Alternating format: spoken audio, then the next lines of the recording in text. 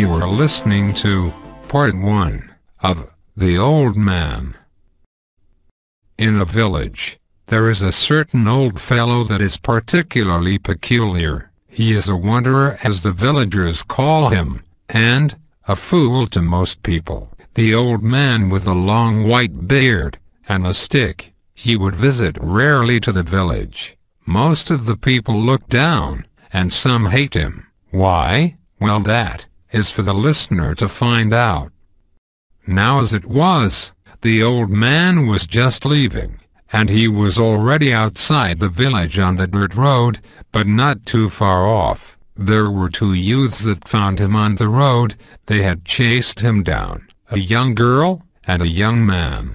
Neither knew each other, but wanted to speak to the old man. When they reached him, the young man yelled, "Hey, you!" So it was that the old man turned to meet the speaker, and as he turned, he saw two people. So he said, "What is it you are looking for?" "We were looking for you, sir." "Well, you have found me. Now what is it you seek? Have you come to beseech of me and test me, as they all do? I tell you now, little or any at all that I speak will ever be desirable to you." At this, the youths believed him to be upset or angry, but that is nothing new to all the rumors about him. The young man asked, "Are you wise or stupid?" "I tell you, I am neither stupid nor wise, but if anyone wishes to know anything, let it be witnessed and not told about." So the young man knew not what to say to him. So the girl spoke, saying, "Then, if you are wise, you should know what a good life entails, and if you are stupid, you won't have an answer at all." The girl thought her speech was well said, and the old man smiled, but said not a word. "So I suppose you are stupid, then?" "I will tell you, but first tell me, are you able to answer your own question?" The girl blushed, but spoke quickly, saying, "Well, I don't claim to be wise. That would be stupid." "And if you do not know the answer yourself, also admitting you are not wise, how then shall you understand, or even believe, an answer containing wisdom?" "Try me." Just answer her. "Very well." So the old man turned off the dirt road and wandered in the grass. So the two followed him, not knowing where he was going or what this was about. Now the old man stopped and turned to meet them again. He then asked them, "Where is it we stand?" So they said to him, "In the grass." "We're standing around flowers." The old man smiled at her, and then said, "Indeed, we do stand among the flowers, and I say to you, unless you are like one of these, you do not have a happy life." So the two were upset at his bold statement he made to them, and the young man was annoyed and said, "This is completely ridiculous and stupid. How can a person be a flower? Even so, what is a flower compared to a man?" The old man reached down, plucking one of the flowers. He then said to him, "If a man is unable to see beauty, what happiness will he have in him? These flowers are everywhere. Who cares about them?" And that is why you were unable to see what I spoke to you. I say to you, the birds are many, just as the flowers are many, and unless you can hear the birds sing, even over the village drum music, you have no wisdom." And the old man gave the flower to the girl, but the young man was more annoyed, and left, shaking his head, believing he speaks gibberish nonsense, so as to sound smart.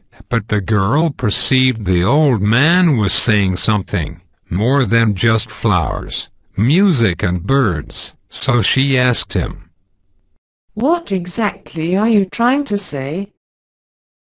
"If I tell you, I am counted wise by your own standards, but if I try, what is that? I tell you, I have tried no thing, but I have done what you have requested of me. And as I said before, how will you ever understand? Then, help me understand. If anyone wishes to know anything, first they must have patience in them, and not like your friend. I am trying to understand you, but so far you have said nothing. Don't be like your friend. But you see that there flower in your hands? Tell me, is it beautiful?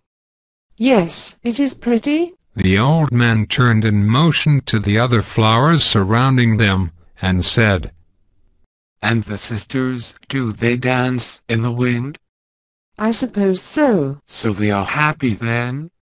I guess you could say that. And look, the flower freely gives its pollen away to the wandering bee. The girl tried to understand. She was in thought of what he was saying. These flowers love the sunlight and open up for it, but never do you see these open in the darkness of the night. Therefore, neither should you. Are you saying I should not be outside at night? The sun is what helps a flower grow, and if growing in its beauty through the sun is a good thing, and the flower closes itself at night, this must be because why? Because flowers can't grow in darkness. Well said of you. And I tell you, any negative thing is unwise, so why should a flower open itself to darkness, to which it cannot grow in? So, therefore, I say to you, be open to light, and what is good and right, but close away from that which is not good. Darkness. I think I understand what you are saying. You do you? What am I saying?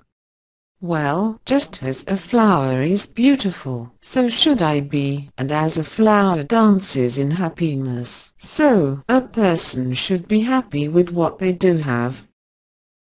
And as a flower gives freely its pollen away to the bee, so I should be giving, and as a flower does not grow in darkness, but in the good light of the sun, so should any person open up for what is good, but close up from bad things, darkness and evil.